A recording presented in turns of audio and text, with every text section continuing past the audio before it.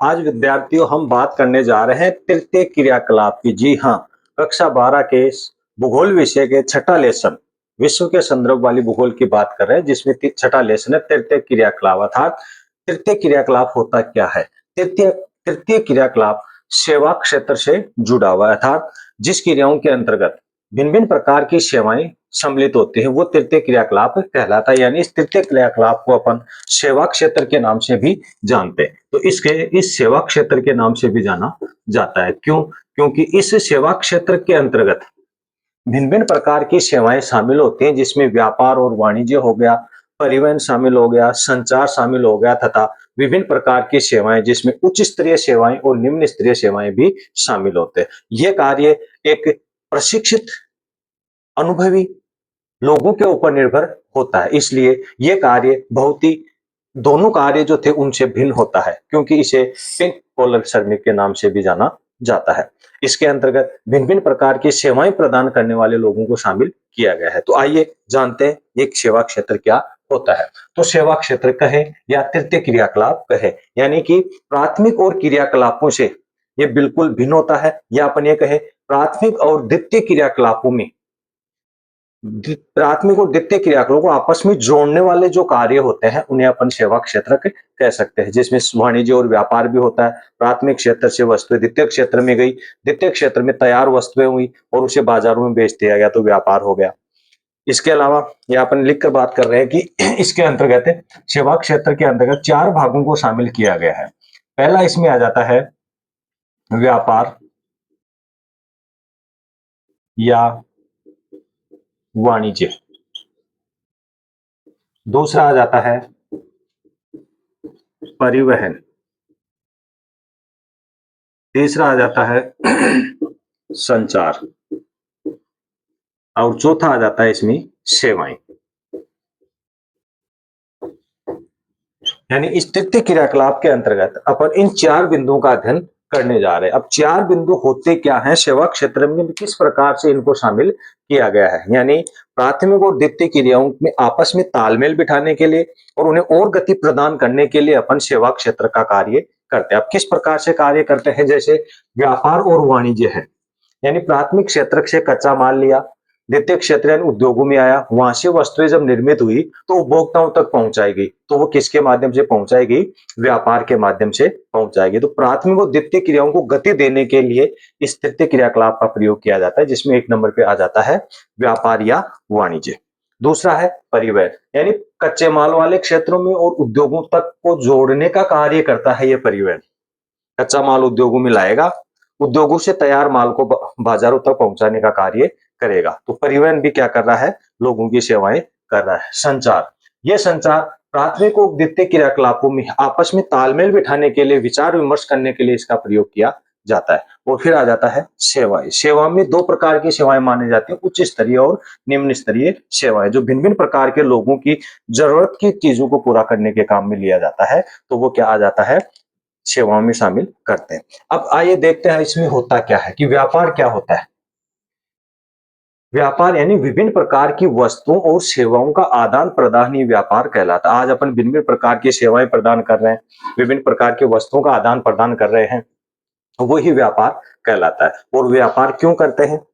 इसमें लोगों की सेवा करना सिर्फ शामिल नहीं होता है, बल्कि लोगों का इंडिविजुअल लाभ भी इसमें शामिल होता है। तो हमेशा व्यापार किस लिए किया जाता है? लाभ कमाने के उद्देश्य के लिए व्यापार किया जाता है। तो इसके अंतर्गत लाभ कमाने के लिए किया जा रहा है, तो प्रशिक्षित प्रशिक्षित और अनुभवी व्यक्तियों को इसमें शामिल किया जाता है। जो प्रशिक्षित होते हैं और अनुभव होते हैं, उन्हीं व्यक्तियों को इसमें शामिल किया जाता है। उन्हीं के द्वारा लाभ है ना वो ज्यादा कमाया जा सकता है। अब इस आधार पर अगर देखा जाए तो किस प्रकार से ये व्यापार प्रारंभ किया जाता है, कौन कौन सी गतिविधियां होती है इस व्यापार के अंतर्गत, उस चीज को अपन देखने जा रहे हैं। तो व्यापार को अगर देखा जाए तो लगभग दो स्तरों में इस व्यापार को विभाजित किया गया है।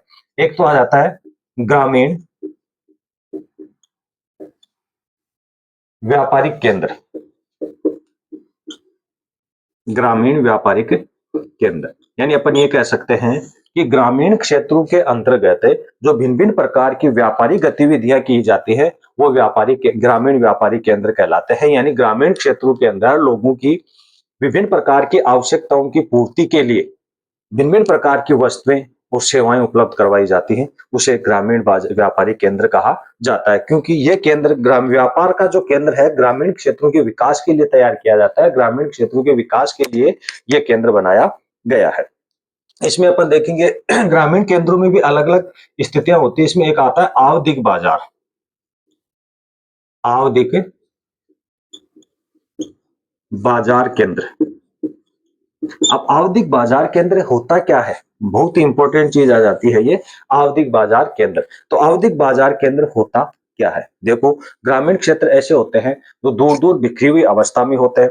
हर समय वहां पर अगर कोई दुकानदार दुकान लगाकर बैठ जाता है तो उसकी आजीविका चलाना बड़ा मुश्किल हो जाता है। क्यों? क्योंकि रोज इतनी सामान की बिक्री वहां पर हो नहीं पाती। हाँ, ग्रामीण क्षेत्रों के अंदर छोटी-मोटी दुकानें होती है जो रोजमर्रा की चीजें, दैनिक आवश्यकता की चीजें वहां पर उपलब्ध करवाई जाती हैं, लेकिन बड़े पैमाने की जो वस्तुएं होती हैं, जो लगभग महीने, 2 महीने, 5 महीने से लोगों को वो काम में ली जाती हैं वो, तो ऐसी अगर दुकानें, ऐसा व्यापारिक केंद्र अगर अपन वहां पर बनाएंगे तो बनाना बड़ा ही मुश्किल होता है, क्योंकि आमदनी इतनी ज्यादा लग जाती है और उतना बिक्री नहीं हो पाती। तो ऐसे में क्या होता है, इन ग्रामीण क्षेत्रों में 1 हफ्ते में, 15 दिन में या महीने भर में आवधिक बाजार लगाए जाते हैं। आवधिक बाजार एक अवधि, एक निश्चित समय के लिए बाजार लगाए जाते हैं। जैसे उदाहरण के तौर पर किसी क्षेत्र में 1 महीने की महीने 1 तारीख से लेकर 5 तारीख तक का बाजार लगता है। तो उस एरिया के आसपास के जो लोग होते हैं, 10, 15, 20 किलोमीटर के लोग होते हैं, वो क्या करते हैं, किसी महीने की पहली तारीख से लेकर 5वीं तारीख के बीच के अंदर उस बाजार में आते हैं और वहां से पूरे अपने महीने भर की वस्तुएं है ना वो खरीद कर लेकर चले जाते हैं और फिर दोबारा महीने भर वहां पर लगता है। तो ऐसी जो क्रिया होती है उसे आवधिक बाजार केंद्र कहा जाता है। पहले से प्राचीन काल से ये प्रक्रिया चली आ रही है ग्रामीण क्षेत्रों में, लेकिन वो आवधिक बाजार नहीं माने जाते थे, क्योंकि उन्हें क्या कहा जाता था, मेला कहा जाता था। क्योंकि वर्ष में 2-3 मेले लगा करते थे और बड़े मेले लगते थे ग्रामीण क्षेत्रों में, ताकि आसपास के जो लोग होते हैं उस मेले के अंदर एकत्रित होते थे और उस मेले से भिन्न भिन्न प्रकार की वस्तुएं ले जाकर अपनी उपयोग योग्य वस्तुओं का वो इस्तेमाल करते थे, और वो इतने ज्यादा वो ले जाते थे कि आने वाले समय में जब दोबारा वो लगेगा तब तक है ना उसको काम में लिया जा सकता था। तो वो पहले मेले के रूप में लोगों की आवश्यकताओं की पूर्ति होती थी, लेकिन अब क्या होता है, आधुनिक समय में आवधिक बाजार केंद्र लगाए जाते हैं। एक निश्चित समय के दौरान 15 दिन या महीने भर के लोगों की जरूरत के अनुसार ये आवधिक बाजार होते हैं, जो ग्रामीण क्षेत्रों के लोगों की आवश्यकताओं की पूर्ति करने के लिए बाजार लगाए जाते हैं, क्योंकि हर समय वहां पर ऐसी वस्तुएं मिलना संभव नहीं हो पाता, इसलिए आवधिक बाजार लगाया जाता है। तो ये आता था ग्रामीण बाजार केंद्र में। दूसरा आ जाता है शहरी या नगरीय बाजार केंद्र। शहरी या नगरीय बाजार केंद्र, यानी ये बाजार केंद्र कहां पर लगते हैं, शहरों में लगते हैं, नगरों में लगाए जाते हैं, जो पूर्ण रूप से ग्रामीण बाजार के जो केंद्र होते हैं उनसे अलग होते हैं। ग्रामीण बाजार केंद्रों के अंदर जो वस्तुएं मिल नहीं पाती हैं उपभोक्ताओं को, वो वस्तुएं नगरीय बाजार केंद्रों में लोगों को मिलती हैं। यानी अपन ये कह सकते हैं कि उच्च क्वालिटी युक्त, अच्छे प्रशिक्षित युक्त, शिक्षा से संबंधित, चिकित्सा से संबंधित जो वस्तुएं होती हैं वो ज्यादातर आपको शहरी या नगरीय बाजार केंद्र में उपलब्ध करवाई जाती है, क्योंकि वहां पर अच्छे शिक्षित और प्रशिक्षित व्यक्तियों द्वारा इस प्रकार की वस्तुएं है ना वो निर्मित की जाती है और बेची जाती है। तो वो केंद्र क्या कहलाएगा, नगरीय बाजार केंद्र कहलाता है। अब इस नगरीय बाजार केंद्र को 2 भागों में विभाजित किया गया है। एक भाग होता है इसका थोक व्यापार, एक भाग हो गया इसका थोक व्यापार, और दूसरा भाग होता है फुटकर व्यापार। थोक व्यापार हो गया और दूसरा भाग हो गया इसका फुटकर व्यापार, यानी थोक और फुटकर व्यापार। तो अपन पहले बात कर रहे हैं थोक व्यापार की, यानी इस प्रकार का व्यापार बड़े व्यवसायियों द्वारा, बड़े व्यापारियों द्वारा किया जाता है, जिनका संबंध सीधा उद्योगों से होता है। उद्योगों से वो सीधी वस्तुएं खरीदते हैं और बाजार में अपना एक केंद्र स्थापित करते हैं, और उस केंद्र पर जो बिचौलिए होते हैं, जो सौदागर होते हैं, उन बिचौलियों और सौदागरों को वो माल है ना वो दे दिया जाता है। और वो बिचौलिए और जो सौदागर होते हैं वो फिर क्या करते हैं, बाजार के अंदर जगह जगह छोटी छोटी स्टाली दुकानें होती है ना उनको वो वितरित करते हैं। तो ये जो थोक व्यापारी होते हैं वो छोटे स्तर पे है ना वो वस्तुओं का उत्पादन, वस्तुओं को जो है ना लोगों तक नहीं पहुंचाते। उसका एक ही उद्देश्य होता है कि बड़े पैमाने पर वो सामान लेकर आते हैं और जो सौदागर और जो बिचौलिए होते हैं उनको वो वस्तुएं दे देते हैं मोटे तौर पर, और फिर वो बिचौलिए और सौदागर अपना मुनाफा कमाने के लिए छोटे छोटे व्यापारियों को वो वस्तुएं दे दी जाती है, जिन्हें फुटकर व्यापारी के नाम से भी जाना जाता है। तो ऐसे में नगरीय बाजार केंद्रों में सबसे बड़ा जो आकर्षण का जो केंद्र होता है वो थोक व्यापारी होते हैं, जो बड़े पैमाने पर वस्तुओं को लोगों तक, उपभोक्ताओं तक पहुंचाने का कार्य करते हैं। और वो उपभोक्ताओं तक पहुंचाने का कार्य कौन करते हैं? सौदागर और बिचौलिए करते हैं। इसके बाद में आ जाता है फुटकर व्यापार। फुटकर व्यापार में आपको कौन मिलेंगे?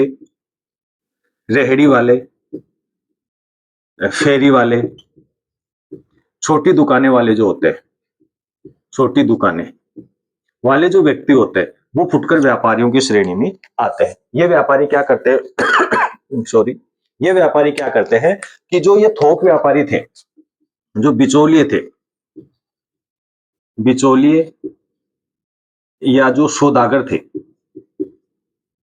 सौदागरों से क्या करते हैं? ये माल उधार में लेते हैं। बिचौलिए और सौदागरों से ये क्या करते हैं? माल उधार में लेते हैं और उस माल को क्या करते हैं?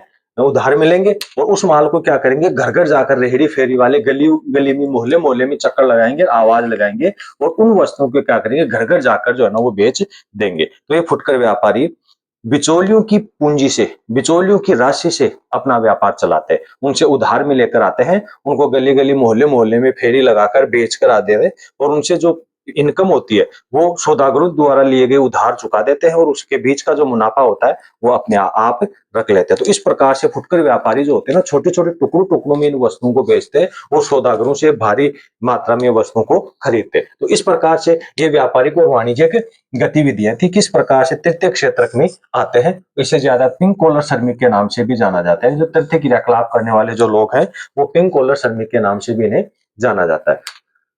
तो इस प्रकार से ये एक व्यापार हो गया। परिवहन, संचार और सेवाएं हैं, जो आगे के अपने जो वीडियोज आ रहे हैं उनमें अपन बात क्रम से, सीरियल से उसमें बात करते चले जाएंगे। तो इस प्रकार से व्यापारों या वाणिज्यिक जो केंद्र होते हैं, जो तृतीय व्यवसाय में आते हैं, जिन्हें सेवा क्षेत्र के नाम से भी जाना जाता है, इन क्रियाओं के ऊपर निर्भर होता है। और तृतीय व्यापार हमेशा अनुभवी और प्रशिक्षित व्यक्तियों के द्वारा ही किया जाता है। इसलिए तृतीय व्यवसाय के अंदर जो एक आधार होते हैं वो व्यक्ति को आधार माना जाता है, वो भी शिक्षित और प्रशिक्षित व्यक्ति इसमें शामिल होते हैं। तो इस प्रकार से आगे की और कड़ियां देखने के लिए आप हमारे चैनल को अगर सब्सक्राइब नहीं किया है तो सब्सक्राइब करें और लगातार अपने चैनल के साथ जुड़े रहिए। धन्यवाद।